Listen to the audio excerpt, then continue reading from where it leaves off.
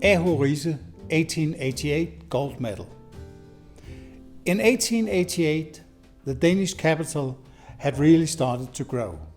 The fortifications had been abolished years before, and metropolitan ambition was seen everywhere. Today, we can still see traces of the old fortifications.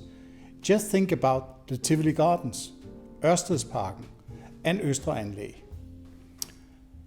The Tivoli Gardens, the new amusement park founded by Georg Carstensen, hosted the Nordic Exhibition of Industry and Agriculture and Art of 1888. The exhibition was based on the same model as the World Exhibitions in Chicago and Paris. One of Riise's sons, Valdemar, had the honor of representing Riise's product in the West Indies Pavilion. Lots of competitions were organized. Who had made the best harvester, the best butter, or something completely different.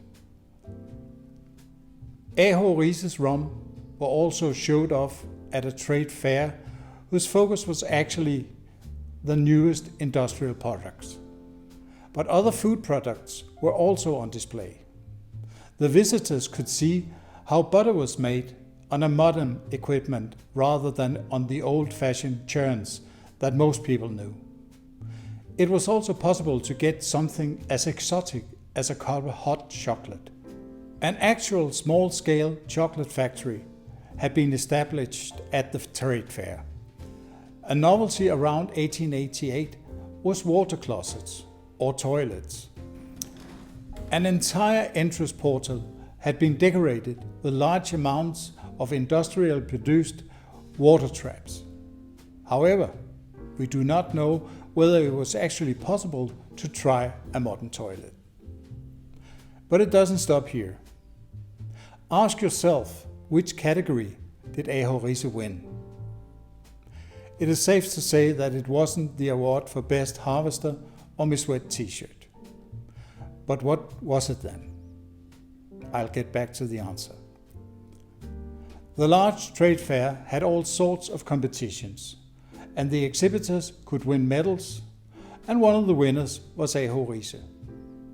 Did such a trade fair have a large audience? Oh yes. At that time, Denmark had about 2 million inhabitants. The exhibition had 1,800,000 visitors during the few months it was open. The drink you hold in your hand is a modern take on how the spirit drink tasted, smelled and looked back then.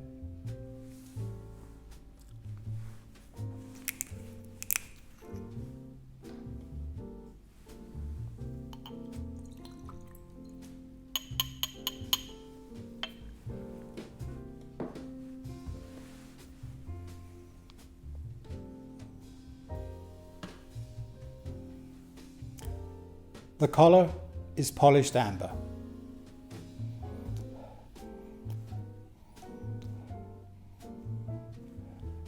The nose is soft oak, old leather and dried apricots.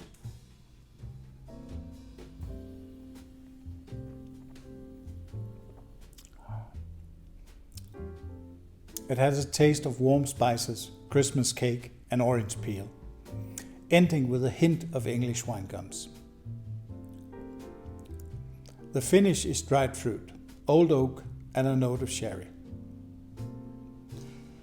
Enjoy your gold medal while I take you down the path of history. The concept of colonial produce comes from the times when products were brought home to Europe from the colonies.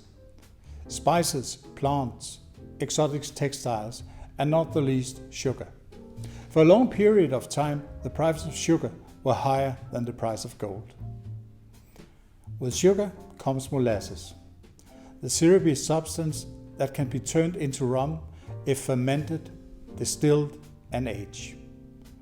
Rum became a gold mine to Riise. Because as a pharmacist he was able to distill, he was also a bit of a wizard when it came to blending and aging the rum. And here at last, back to my question. Which category did Riise win?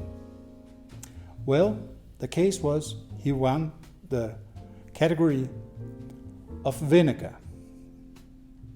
Well, I shouldn't say that this tasted like vinegar, but the category meant everything fermented. So it could be wine, vinegar, rum, or anything else that was fermented. And this is fermented, and Riise won.